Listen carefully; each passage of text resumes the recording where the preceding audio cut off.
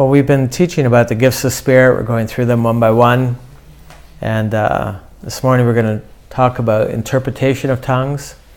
It's unique, unique gift because it's one of the ones that's linked to another gift. It doesn't really operate by itself.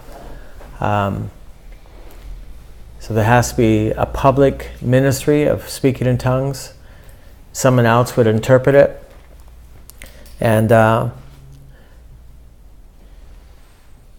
when we look for examples of it in the Old Testament, there aren't any, in the sense that tongues didn't exist, and so interpretation of tongues doesn't exist. Although we see this interesting story in Daniel, where in Daniel 5:5 there's a hand appeared. If you can imagine, they're in this big ballroom, big banquet, big party going on. They're drinking out of the cups of gold that were taken out of the temple, and they're putting their booze in it and just having a wild party. And all of a sudden, a hand appears, big hand, and begins writing in the plaster on the wall. And no one understood what it meant. And you can read the story yourself. And they got Daniel out of retirement. He's older at this point in time. This is a king that's not using him in his courts. They bring Daniel out because they know that he's the only one who has the Spirit of God within him, who can translate or interpret what's being written on the wall. And it's just an amazing story. And it's in a sense, it's not the interpretation of tongues. It's an actual translation. There's a difference between interpretation and translation. Sometimes that throws people off. They assume it's all translation. So if someone speaks this much in tongues, there's got to be this much in translation. And that would be true if it was Spanish. That would be true if it was Greek. But when it comes to tongues, there could be a small burst of tongues and a larger interpretation, or a smaller interpretation, a larger burst of tongues. Both those things happen.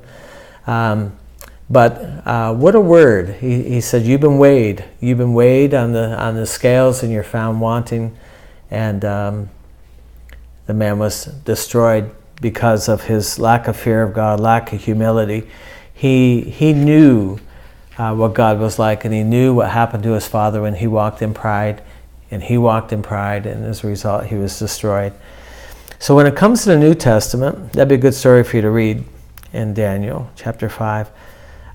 In the New Testament, in Jesus' ministry, we're looking for the gifts of Spirit in Jesus' ministry. Of course, interpretation of tongues does not show up, so there's no account that can be found. In the New Testament, you see in chapter 12 where it's mentioned in verse 1, in verse 12, verse 1 and also verse 30, and it's limited again. In chapter 14, verses 26 and 28, it looks like it's supposed to be a normal part of church, that someone would bring a tongue, someone else would bring an interpretation. And it's expected that it happen in public. And he says, look around and see if there's anyone there who can interpret. If there's no one there, release that to yourself for your own personal edification and to God. So you can actually do that, which tells me the pattern that we see in some churches these days is that if someone gets up and they speak a message in tongues, if no one's there, they're to interpret themselves. And there is a verse in 1 Corinthians 14 that talks about interpreting our own tongue. Pray that you would interpret.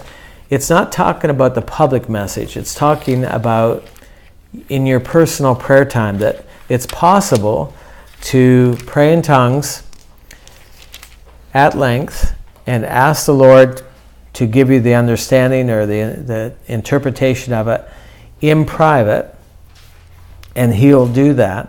Oral Roberts, when he was writing about building a Bible school and building a hospital, he said that most of that was built by walking in this park, praying in tongues, and asking the Lord for the interpretation of it. He would get insights in prayer, and based on those insights, he went ahead and built ORU. And so on a personal level, he was interpreting it. On a public level, it's better to let someone else interpret it.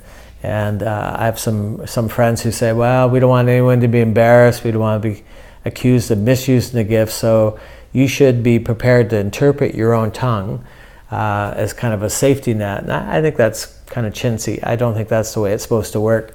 I think you should look around, make sure that someone there who could interpret that, and then you're free to let it rip, and then someone else will step up. That's where the power is. The power is two people working together, two people in sync. And when people spoke in tongues in the book of Acts, or in the church at Corinth, you can see this in verse 23, that it's largely geared at unbelievers, and so it's a sign for unbelievers, and they're impacted by it more than they are prophecy. Prophecy could sound like the person's just standing there making it up, but I've read so many accounts of people who know something of another language, and there's a message that is given in a language that they know something of, and then someone else who doesn't know the language, never studied it, never heard it before, gets up and gives an exact translation or interpretation of that message. The sign value, the impact of that is phenomenal. And churches have not only been greatly edified, but people have come to Christ because of that. When it talks about tongues being a sign for unbelievers, for the most part, when there's an interpretation of tongues, it should be evangelistic. It should have some quality that causes people to come to Christ. I think that's normal. I think that's part of the gift. Otherwise, why do it? Why not just go right to prophecy if it's just for believers? But the beauty of tongues and interpretation is it's a major sign for unbelievers. And so I think when the Spirit's speaking, I'm listening.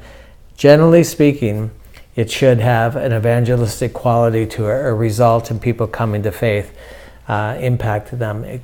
It could even be believers who don't believe in the signs, believers who don't believe in the baptism of the Spirit.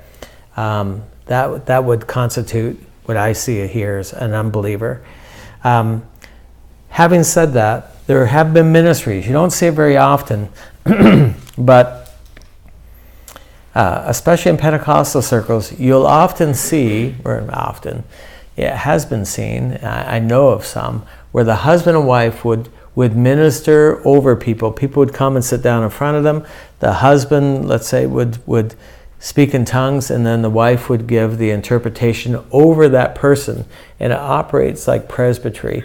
And again, it has a sign element that impacts the church, impacts unbelievers. They're drawn to that kind of thing.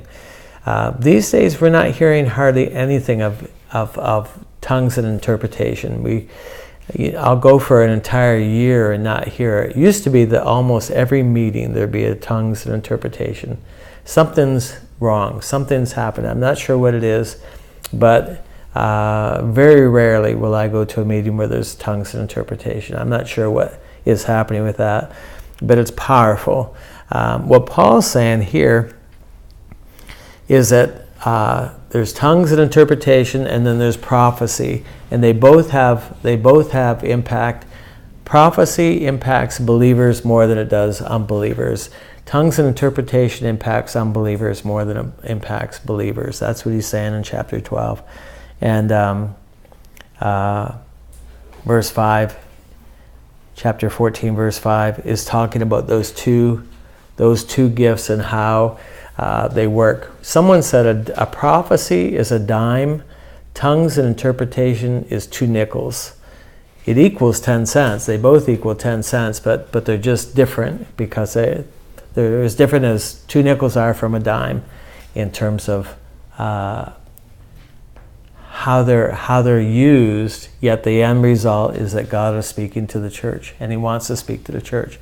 He could just speak to the church prophetically, but he wants to use tongues and interpretation because of the impact it has on unbelievers. That's how I understand it. Amen?